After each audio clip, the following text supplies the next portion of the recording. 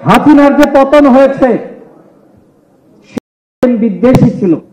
মাদ্রাসার শিক্ষার্থীদের প্রতি তার যে ক্ষোভ, তার যে বিদ্বেষ, একমাত্র এই ইসলাম বিদ্বেষী হওয়ার কারণে হাসিনার পতন হয়েছে। এদেশে কেউ কখনো ইসলামের বিরুদ্ধে গিয়ে, ইসলামের বিপক্ষে অবস্থান নিয়ে রাজনীতি করতে পারে নাই।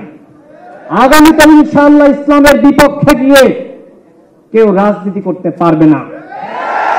ইসলামের বিপক্ষে যে সরকার অবস্থান নিয়েছে, ধর্ম নিরপেক্ষতার বয়ান, এই বয়ানের নামে ধর্মের সাথে সাংঘর্ষিক বিভিন্ন ধরনের সংজ্ঞায়ন আমাদের সামনে হাজির করেছে। সেই আওয়ামী ফ্যাসিবাদ কিন্তু বাংলাদেশে রাজনীতি করতে পারে নাই। সুতরাং এখন যে সরকার রয়েছে, আগামীতে যে সরকার আসবে, প্রত্যেককে ইসলাম মেনে রাজনীতি করতে হবে, দেশ চালাতে হবে। আমাদের দল গণ অধিকার পরিষদ ইসলামী মূল্যবোধে বিশ্বাস করে। বাংলাদেশে আমরা রাজনীতি করছি, আপনাদের মতন আমরা ইসলামিক দল না, কিন্তু আমরা যারা মধ্যপন্থা অবলম্বন করি, আমরা কেউ ইসলামের বিরুদ্ধে না। ইসলামিক মূল্যবোধকে ধারণ করেই বাংলাদেশের যে গণতান্ত্রিক অগ্রযাত্রা, সেটাকে এগিয়ে নিয়ে যেতে হবে। হেফাজতে ইসলাম বাংলাদেশের বড় একটি রাজনৈতিক শক্তি বললে আমার কাছে মনে হয় ভুল হবে না। আপনারা বলেন যে আপনারা অরাজনৈতিক, কিন্তু বাংলাদেশের রাজনীতি অনেকটা আপনারা নিয়ন্ত্রণ করেন। যেটি আতাউল্লাহ ভাই বললেন যে হেফাজতে ইসলাম এবং আপনারা একটি অরাজনৈতিক শক্তি, কিন্তু বাংলাদেশে কেন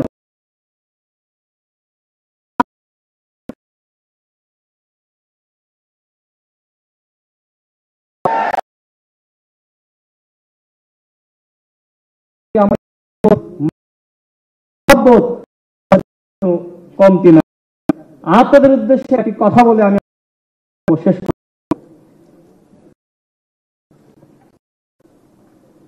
আমি আপনাদের উদ্দেশ্যে বলতে চাই, জ্ঞান, বিজ্ঞান, শিক্ষা আবিষ্কার করতে হবে। আমরা চাই আলেমরা এদেশের নেতৃত্বে আসুক, আলেমরা এদেশ পরিচালনায় সুযোগ পাক। আমরা দেখেছি যে আলেমদেরকে নানানভাবে দমন পীড়ন করা হয়েছে, তারপরেও আপনারা কখনোই থেমে যাননি। এই গণ অভ্যুত্থানে আমরা দেখেছি যাত্রাবাড়িতে ওই অঞ্চলের মাদ্রাসা শিক্ষার্থীরা কিভাবে আওয়ামী ফ্যাসিবাদের বিরুদ্ধে লড়াই করেছিল।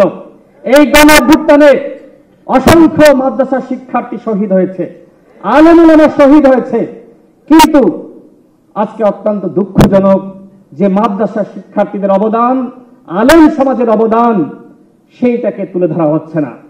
অন্তর্বর্তীকালীন সরকারের কাছে আমার আহ্বান থাকবে, কতজন মাদ্রাসা শিক্ষার্থী জীবন দিয়েছে, কতজন আক্রান্ত হয়েছে, তাদের একটি তালিকা তৈরি করুন।